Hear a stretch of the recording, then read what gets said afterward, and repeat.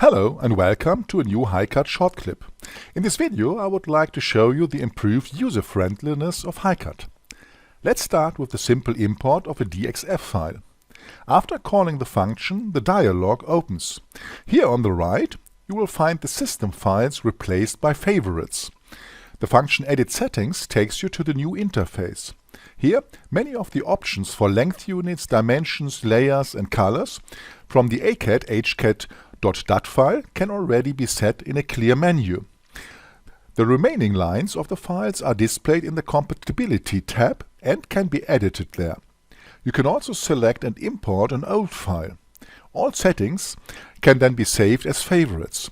The same applies to the export of DXF files with the information from HiCAD. Speaking of importing, you can associate third-party files such as DXF, STEP and IFC that can be imported via Windows with HiCAD. This imports the file directly from the Explorer. If HiCAD is still closed, it is started automatically. The sketch functionality has also been extended. Whereas previously with the HCM constraint group, each element got a group symbol, now the group gets one common symbol. It is in the center of gravity of all elements. In addition, the functions for deleting HCM constraints have been combined. With this function you can now delete constraints individually or in a rectangle. By selecting with a right click you can delete all constraints in the context menu. In addition, the appearance of the constraints can be configured. Here you can still see a white background and small text and gray lines. In the configuration, under Identification, you can change the display.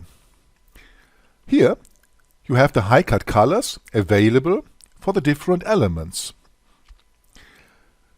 If I start the same function again, you immediately see the effect of the new settings.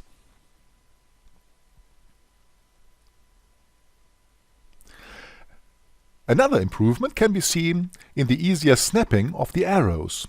You no longer need to move your cursor exactly on the arrow to select or snap it. Moving the cursor close to the arrow will be sufficient. This also applies to other arrows, such as when changing the length of sheets. Finally, here's another nice sheet metal feature. Before Service Pack 1, sheets with only one bend zone always automatically got an additional flange. This is no longer necessary. For rolled sheets, an extra flange is no longer required. By the way, this also applies to other functions, such as Sheet from Solid. That's it for this video. I hope you enjoyed it. Thanks for watching. See you soon.